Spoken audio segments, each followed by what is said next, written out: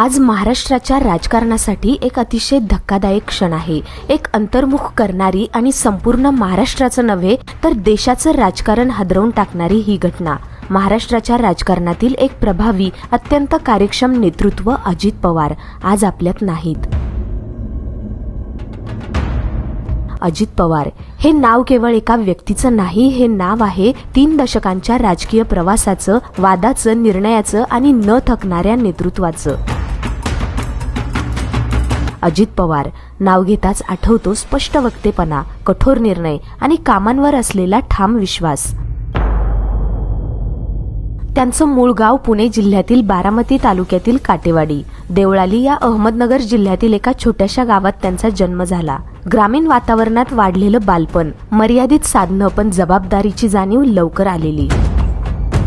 ग्रामीण वातावरणात वाढलेला हा मुलगा पुढे महाराष्ट्राच्या सत्ता केंद्रात पोहोचला।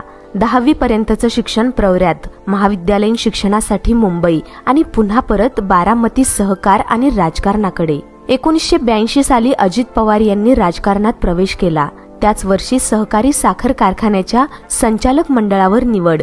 1991 साली बारामतीतून लोकसभेवर निवडून येणं हा त्यांच्या राजकीय कारकिर्दीचा महत्त्वाचा टप्पा होता। मात्र त्याच वर्षी काका शरद पवार यांच्यासाठी खासदारकीचा राजीनामा हा राजकारणातील दुर्मिळ असलेला त्याग। 1991 पासून बारामती विधानसभा मतदारसंघाचे ते सातत्याने प्रतिनिधित्व करत आले आहेत। 1995, 1999, 2004, 2009, 2014, 2019 आणि 2024 सलग 7 वेळा विधानसभेवर निवड। हा विजय केवळ राजकीय नव्हता तर तो जनतेच्या विश्वासाचा कौल होता। अजित पवार यांनी राज्यमंत्री म्हणून सुरुवात केली आणि पुढे कॅबिनेट मंत्री, त्यानंतर महाराष्ट्राचे 5 वेळा उपमुख्यमंत्री पदाची धुरा त्यांनी वाहिली।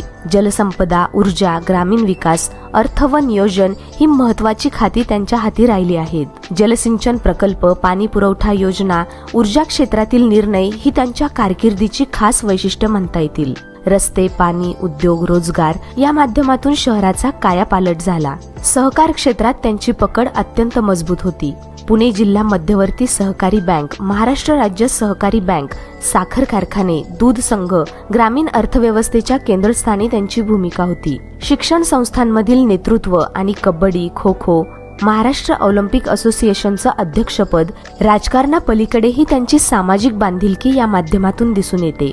अजित पवार यांची कारकीर्द काही वादांपासून दूर राहिलेली नाही। 2019 मधील अचानक घडामोडी, 3 दिवसांचं सरकार आणि राजीनामा, 2023 मधील राजकीय फाटाफूट या निर्णयांमुळे ते नेहमीच चर्चेत राहिले। मात्र टीकेच्या केंद्रस्थानी असूनही ते निर्णयांपासून मागे हटले नाहीत। आज संबंध महाराष्ट्र अजित पवारांकडे फक्त एका नेत्याप्रमाणे पाहत नाही तर 3 दशकांचा राजकीय प्रवास, निर्णयांची किंमत आणि सत्तेची जबाबदारी यांचा आढावा घेत आहे।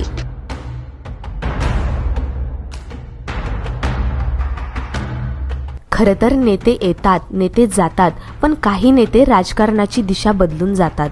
अजित पवार हे एक असंच नाव होतं। एक व्यक्तिमत्व ज्याने महाराष्ट्राच्या राजकारणावर स्पष्ट ठसा उमटवला। अजित पवार हे नाव महाराष्ट्राच्या राजकारणात नेहमीच चर्चेत राहील, त्यांच्या कामांमुळे, निर्णयामुळे आणि प्रभावामुळे। खेड टाइम्स परिवाराकडून स्वर्गीय अजित पवार साहेबांना अखेरची श्रद्धांजली।